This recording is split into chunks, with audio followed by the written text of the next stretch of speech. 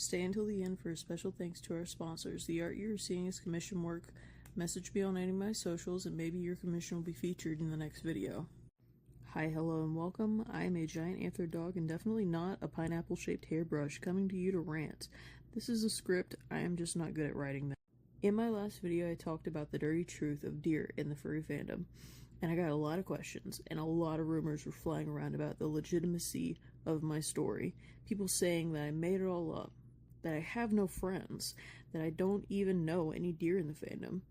I have come back to clear the air and say, shame on you, deer apologists, dirt-eating apologists. This actually really truly did happen to me, and yeah, I do have friends, and yeah, some of them are deer. But just because I'm their friend doesn't mean I have to agree with this behavior. I think they should seek help, psychiatric help. I think they touch too much grass. In the first video, I was trying not to implicate anybody by not giving any names, by not giving any identifiable features, but it seems like enough people have already figured out who it is, so I'll just confirm here. The deer that I was talking about in the first story was Whiskey, also known as It's Whiskey with 2 extra Y's on the ends. That's their social media handle. This is someone I would describe as intelligent and having a good sense of humor. We've been friends for a little around maybe more than a year. I kind of time blind, so it might have been more. But this situation has seriously tested our friendship. This might be our falling out. And before anyone says what I know some people are going to try and say, if I just wanted to name drop them, I could have made up a quick little 300-page Google Doc and called it a day like anyone else does. But since the first video, the situation has turned sinister, potentially even criminal, with a recent development. I won't be pressing charges. That will only make the situation worse, honestly, and put a bigger target on my back. I just ask that the story I share with you today serve as a cautionary tale of being careful of who you trust and who you give second chances to. That will be justice enough for me. Let's rewind back to right after I posted the first video. I blocked Whiskey on every social media to give my story a fighting chance at getting spread around. Unfortunately, I did not have the foresight to block some mutuals and loyal followers of theirs, and unfortunately the video did get back to Whiskey. How did I figure out that they had seen the video, you may ask? Well, about 5 weeks after the first video, I find a crumpled up and dirty letter in my mailbox. There was no return address, but the smudged hoof mark told me exactly where it came from. It was short, and all it said was, I don't know what I was thinking. I'll have something ready for you next time. Signed, Whiskey. And it had a date and a time written on the bottom of the paper. It was for next Saturday. I really didn't want to go. Everything about this just gave me a bad feeling. But I really needed clarity. I wanted to see if things could be made right, and I really didn't want to lose a dear friend. Over the next few days, my anxiety mounted. I went back through the same cycles of emotions every single day, and I couldn't stop thinking about all of the what-ifs. Each step, I thought of a new possible outcome until I found myself on the turnoff for their street. From down the road, I could already see that things had gotten worse. The yard had giant patches torn up out of it, all different sizes. A few were so deep you could even see electrical lines and water pipes once I got close. Also, not to mention, the trash had been pulled out to the road, and it was stuffed so full that it couldn't even close. It looked like it was nothing but empty fertilizer and soil bags. Looking up the driveway, you could see that all the curtains were drawn closed, and it was dead silent like no one was home as the sun started to set. After walking up the steps and going to knock on the front door, it's apparent that it's actually cracked open. There's actually just enough of a crack that I can kind of see inside, and staring back at me is one red eye. It stared back at me from about knee height. I was frozen in fear, limbs shaking, and we held eye contact for easily a full minute. Weirdest staring contest I've ever been in my life. I take a step back, and the door slammed shut. Before I could even exit the property, it swung open again. Whiskey came out in the dark doorway, white fur in pristine condition, not dirty like last time. Band tee and jeans looking fresh out the wash. This seems normal, but considering the state of their house, this is even more concerning, even more unsettling. They pull me into a hug that's very uncomfortable for me, at least, and then suddenly pull me inside the house where it's pitch black, and they shut the door and I can no longer tell where they're at. Well, I say it's pitch black, but after looking around, I realize there's a single light coming from the kitchen area. It's down a really short hallway, but I can tell that's where it's coming from because that's the only room at the end of that hallway. So I go deeper into the house. Whiskey's already in there and is digging around in the fridge. Looking around the red lit room, I don't see any signs of soil, not a speck of dirt. Could this be actual change? Now I start experiencing a lot of self-doubt with maybe there was an animal that tore up the front yard and their house has an HOA and the HOA told them to fill it up, so went out and got some soil. Soil had to be mixed up in the backyard, and so that's why it's not filled up yet, but there's bags in the trash. I don't know. While I'm trying to find some sort of answer that explains away everything that's happened up till this point, Whiskey stops what they're doing and turns around to face me.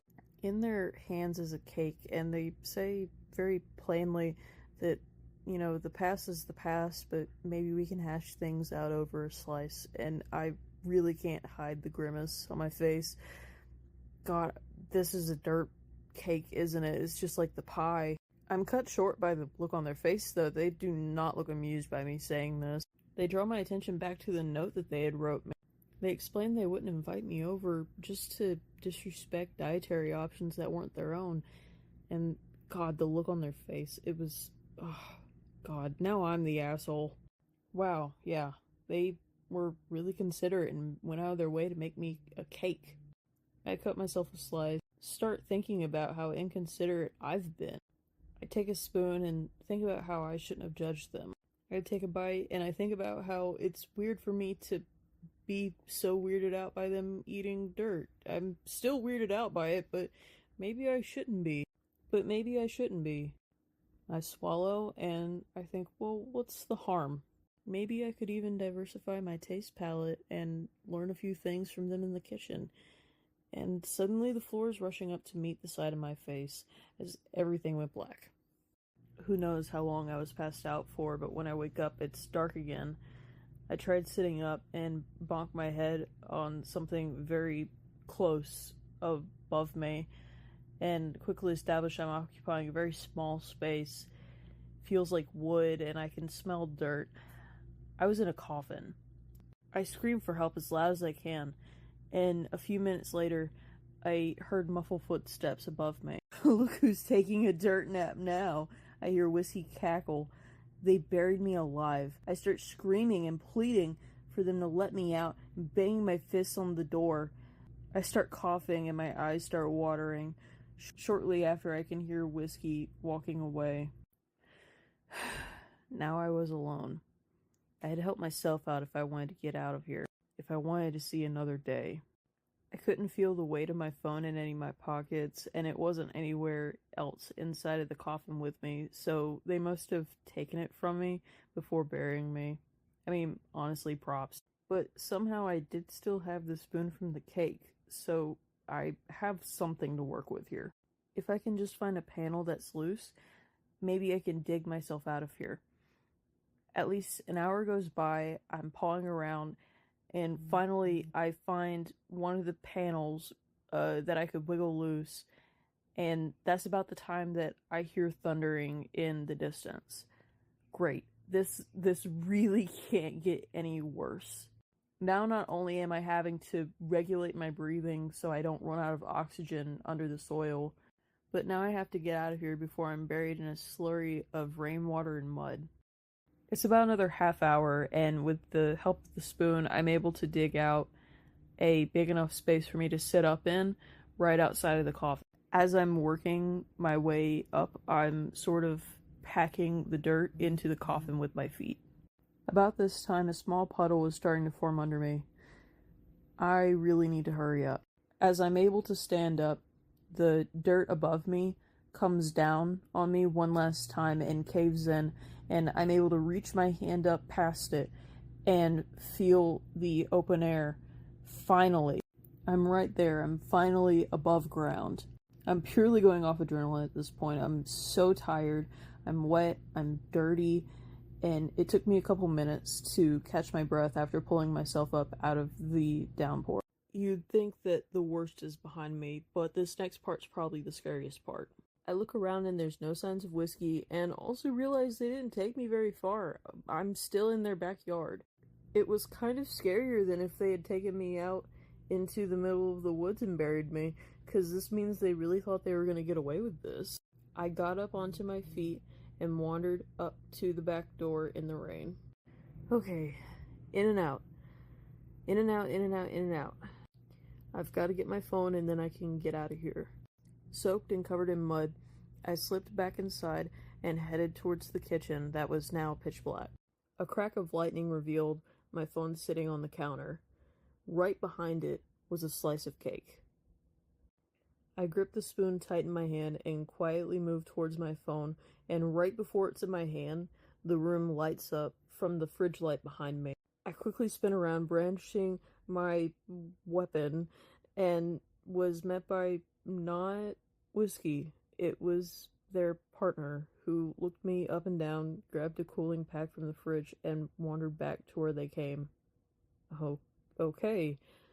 This was my chance to get out of here, and I wasn't going to waste it waiting to see if that damn deer was going to come up out of the darkness. Even though I checked behind myself as I ran home in the pouring rain, they weren't there, even though I could feel those red eyes trained on me the entire way.